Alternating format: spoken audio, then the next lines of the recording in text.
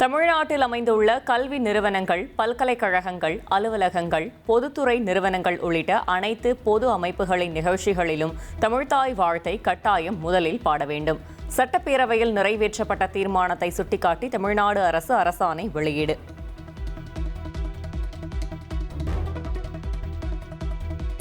சென்னை கிண்டியில் முதலமைச்சர் விஜய் தலைமையில் வெற்றி தமிழ்நாடு முதலீட்டாளர்கள் மாநாடு இன்று நடைபெறுகிறது.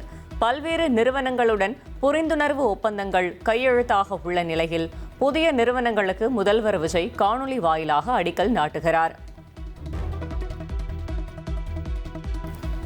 MBBS, BDS மருத்துவ படிப்பு மாணவர் சேர்க்கைக்கான சிறப்பு பிரிவு கலந்தாய்வு இன்று தொடங்குகிறது. நீட் தேர்வு ஹால் டிக்கெட், மதிப்பெண் பட்டியல் உள்ளிட்ட அனைத்து அசல் சான்றிதழ்களுடன் மாணவர்கள் 1 மணி நேரத்திற்கு முன்னதாகவே வர மருத்துவ கல்வி இயக்குநரகம் அறிவுறுத்தல்.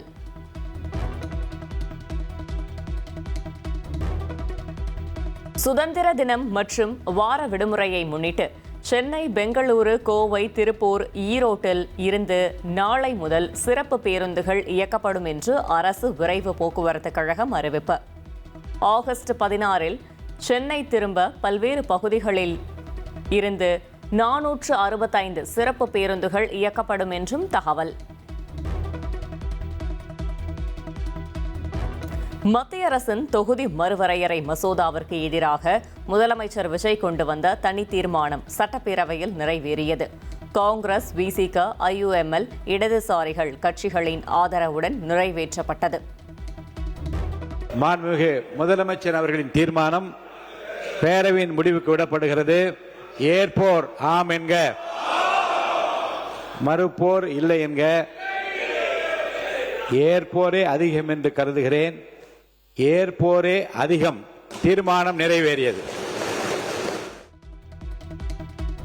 தொகுதி மறுவரையறை மசோதாவிற்கு எதிரான தீர்மானத்தை முன்மொழிந்து பேசிய முதலமைச்சர் விஜய் தனது நிலைக்கு அம்மா, அக்கா, தங்கை, பாட்டிகள்தான் காரணம் என உருக்கமாக பேசினார். தமிழகத்தின் பெண்களுக்காக பேசுவதாக குறிப்பிட்ட முதல்வர் விஜய் பெண்களுக்கு சம அந்தஸ்து வழங்கப்பட வேண்டும் என வலியுறுத்தினார். நம்மளோட வீட்டில் இருக்கிற நம்ம பாட்டியை, நம்ம அம்மாவை, நம்ம அக்காவை, நம்ம தங்கச்சியை பற்றின ஒரு தீர்மானம். அதை பற்றி பேசுறதுக்கு, அவங்களுக்காக பேசுறதுக்கு நம்ம மனசுல இருந்து, நம்ம இதயத்தில் இருந்து பேசுகிறேன். பெண்களுக்கு இடஒதுக்கீடு தர்றது ஏதோ சலுகைன்னு நினைச்சிடக்கூடாது. சமூக நீதி சார்ந்தது, அரசியல் அமைப்பு சார்ந்தது. மாண்புமிகு பேரவைத் தலைவர் அவர்களே, நம்ம நாட்டோட மக்கள் தொகையில் ஏறக்குறைய பாதி பேர் பெண்கள் தான். அதனால அனைத்து நிலைகள்லையும் பெண்களுக்கு சம அந்தஸ்து வழங்கப்படணும். சென்னை உயர்நீதிமன்றத்தில் தனக்கு எதிராக தொடரப்பட்ட தேர்தல் வழக்குகளை நிராகரிக்க கோரி மனு தாக்கல் செய்ய உள்ளதாக 4 வார அவகாசம் வேண்டும் என முதலமைச்சர் விஜய் தரப்பில் கோரிக்கை. கூடுதல் அவகாசம் வழங்க மறுத்த நீதிபதி வழக்கை ஆகஸ்ட் 25ஆம் தேதிக்கு தள்ளி வைத்து அதற்குள் மனுவை தாக்கல் செய்ய உத்தரவு.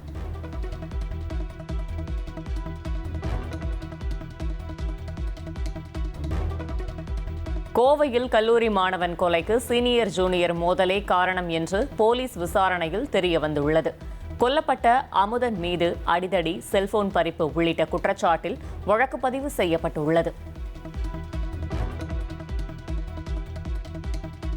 கோவையில் கல்லூரி மாணவன் கொல்லப்பட்ட வழக்கில் இதுவரை 17 வயது சிறுவன் உட்பட 5 பேர் கைது செய்யப்பட்டுள்ளனர். சீனியர் ஜூனியர் மோதல் தொடர்பாக மேலும் 15 மாணவர்களை பிடித்து போலீசார் தீவிர விசாரணை நடத்தி வருகின்றனர்.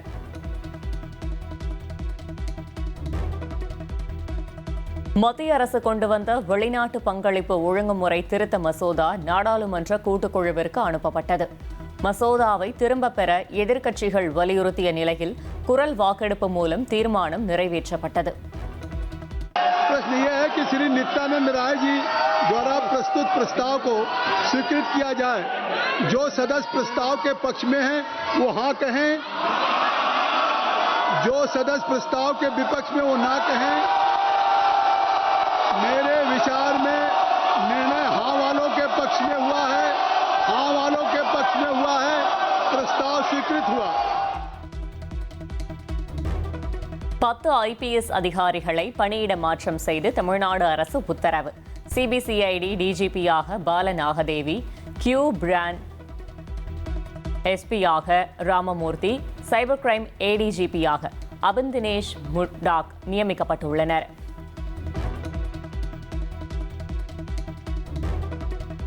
தமிழ்நாட்டின் 6 இடங்களில் நேற்று வெயில் சதமடித்தது. அதிகபட்சமாக திருச்சியில் 103.64 டிகிரி ஃபாரன்ஹீட் வெப்பம் பதிவாகியுள்ளது.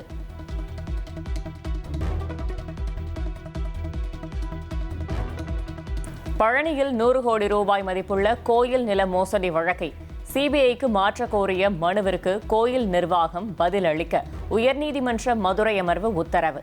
நில மோசடிக்கான முயற்சி கடந்த மார்ச் மாதத்திலேயே தொடங்கியுள்ளதாகவும் இந்த விவகாரத்தை அரசியலாக்க வேண்டாம் என்றும் அரசு தரப்பு வாதம்.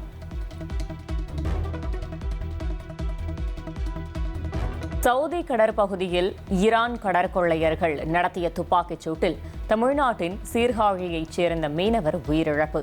காயமடைந்த மற்றொரு தமிழக மீனவர் சவுதி மருத்துவமனையில் அனுமதிக்கப்பட்டு தீவிர சிகிச்சை.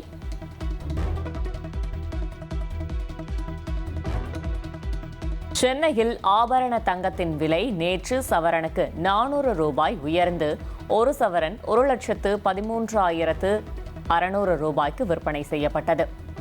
கிராமுக்கு 50 ரூபாய் அதிகரித்து 1 கிராம் ஆபரண தங்கம் 14,200 ரூபாய்க்கு விற்பனை. தமிழ்நாடு வீட்டு வசதி வாரியத்தின் மூலம் வீடுகள் மற்றும் மனைகளை எளிதாக வாங்குவதற்காக புதிய இணைய வழி விற்பனை தளத்தை வீட்டு வசதி மற்றும் நகர்ப்புற வளர்ச்சித்துறை அமைச்சர் ராஜ்குமார் தொடங்கி வைத்தார். பொதுமக்கள் எந்தவித விலையேற்றமும் இன்றி தமிழகம் முழுவதும் உள்ள 7,659 வீடுகள் மற்றும் மனைகளுக்கு இணைய வழியிலேயே விண்ணப்பிக்கலாம் என்று அறிவிக்கப்பட்டுள்ளது.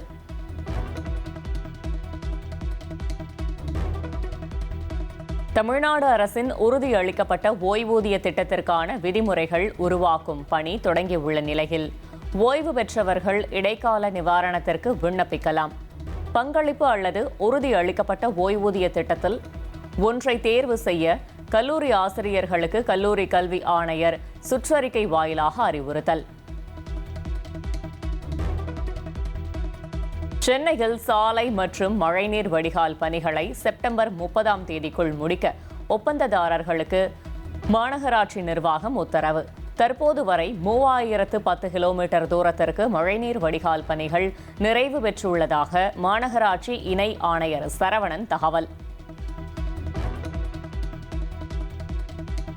அதிமுக எம்எல்ஏக்கள் ராஜினாமாவை ஏற்ற சபாநாயகரின் உத்தரவை ரத்து செய்ய கோரி அக்கட்சி சார்பில் தொடரப்பட்ட வழக்கு.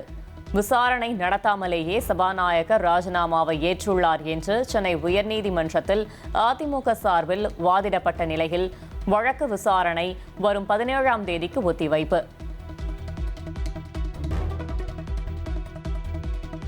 சுரங்கங்கள் மற்றும் கனிமங்கள் ஒழுங்குமுறை திருத்த மசோதா மக்களவையில் நிறைவேற்றப்பட்டுள்ளது. சுரங்கத்துறையின் மீதான வரி சுமையை குறைத்து கனிம சுரண்டலை குறைக்க வழிவகை செய்யும் வகையில் மசோதா நிறைவேற்றம்.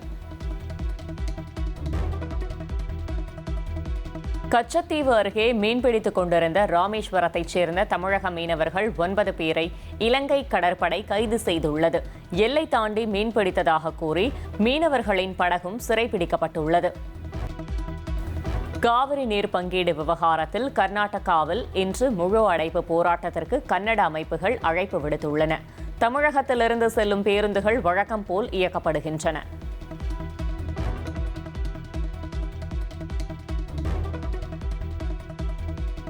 பெங்களூருவின் 2வது விமான நிலையத்தை எங்கு அமைப்பது என்பதில் கர்நாடக முதலமைச்சர் டி.கே. சிவகுமார் மற்றும் துணை முதலமைச்சர் பரமேஸ்வரா இடையே கருத்து மோதல் என தகவல். தெற்கு பெங்களூரு பகுதியில் ஹொசூரிலிருந்து 50 கிலோமீட்டர் தொலைவில் புதிய விமான நிலையம் அமைக்கப்படும் என டி.கே. சிவகுமார் கூறியிருந்த நிலையில் தும்கூர் மாவட்டத்தில் அமைக்க வேண்டும் என பரமேஸ்வரா பரிந்துரை.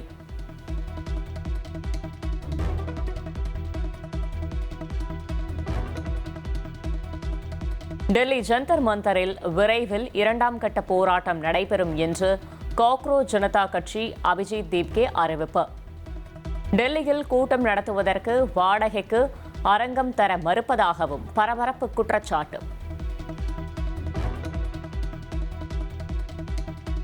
TNPL 15வது லீக் போட்டியில் திண்டுக்கல் அணியை 21 ரன்கள் வித்தியாசத்தில் வீழ்த்தி மதுரை அணி அபார வெற்றி பெற்றது. தொடர்ந்து 4 போட்டிகளில் வென்ற மதுரை அணி புள்ளிப்பட்டியலில் முதலிடத்தை பிடித்துள்ளது.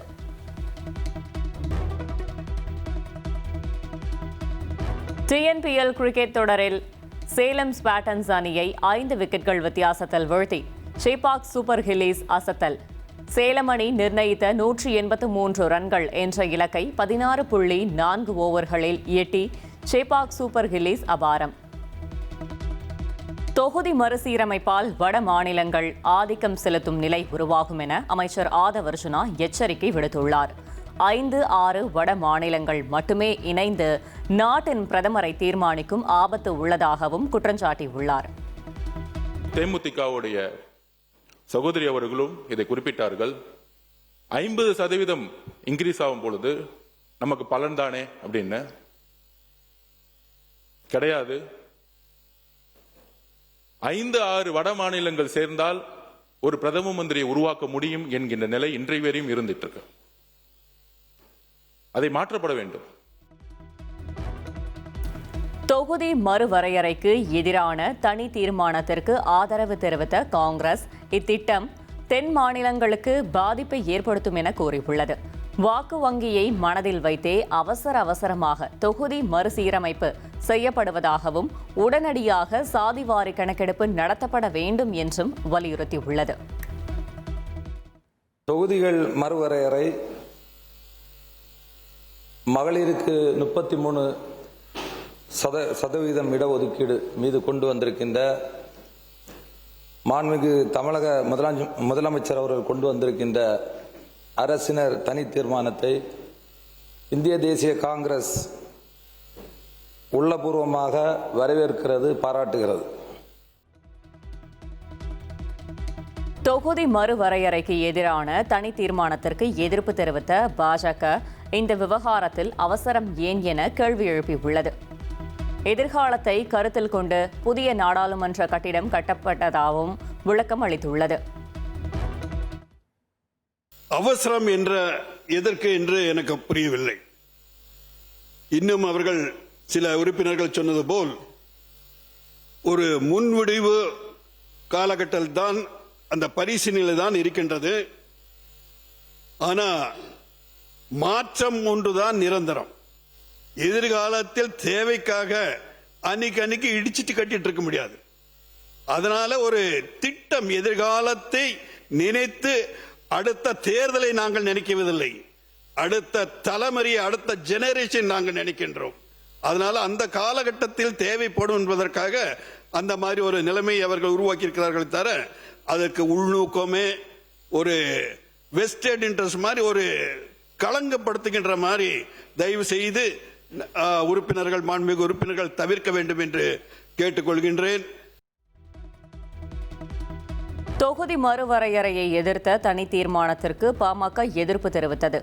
மகளிர் உரிமை அதிகாரத்திற்கு ஆதரவு அளிக்கும் வகையில் இந்த நிலைப்பாட்டை எடுப்பதாக விளக்கம் அளித்தனர்.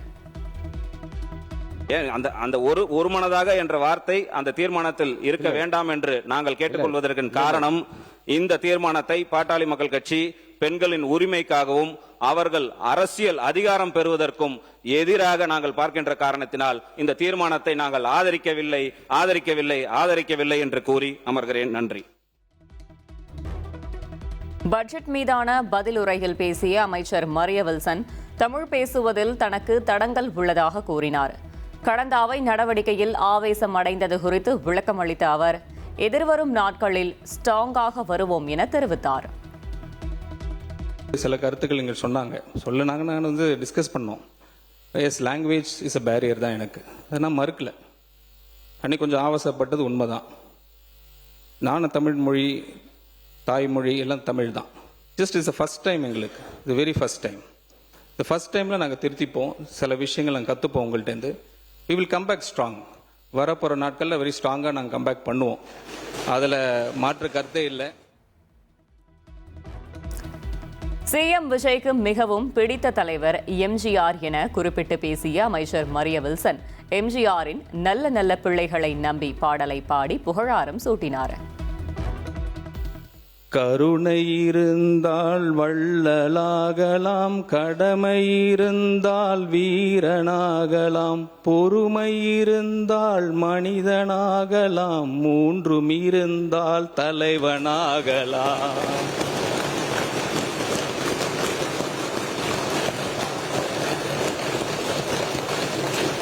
எங்க அண்ணன் தமிழ்நாடு முதலமைச்சர் அவரை பத்தி புரட்சித் தலைவர் பாடினதுக்கு ரொம்ப சந்தோஷம். அப்பயே சொல்லிட்டு போயிட்டார் நினைக்கிறேன். தாவேக அரசின் வேளாண் பட்ஜெட் பட்ஜெட் அல்ல வெற்றி பட்ஜெட் என வேளாண் துறை அமைச்சர் வினோத் பெருமிதம் தெரிவித்தார்.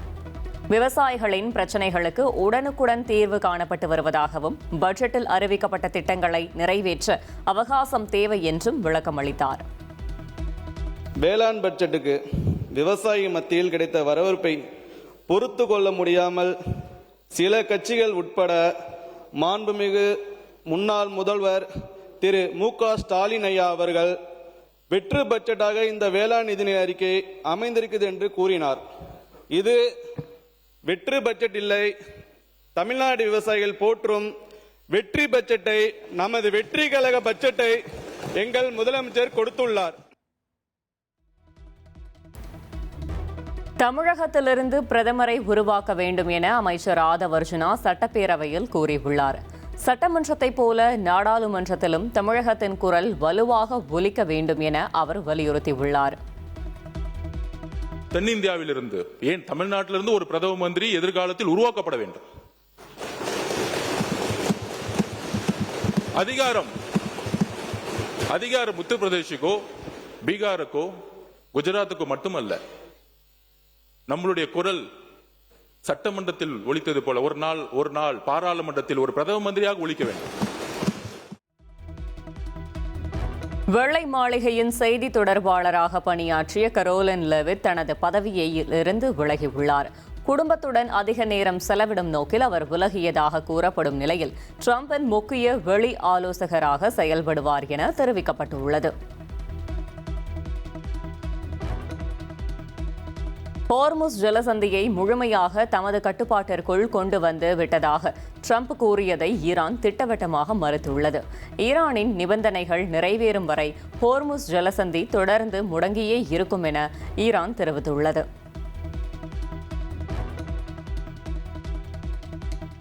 மேற்கு ஐரோப்பாவில் 27 ஆண்டுகளுக்கு பிறகு அரிய முழு சூரிய கிரகணம் தோன்றியுள்ளது. ஸ்பெயின், ஐஸ்லாந்து உள்ளிட்ட நாடுகளில் தென்பட்ட இந்த சூரிய கிரகணத்தை பொதுமக்கள் கண்டு பிரமித்தனர்.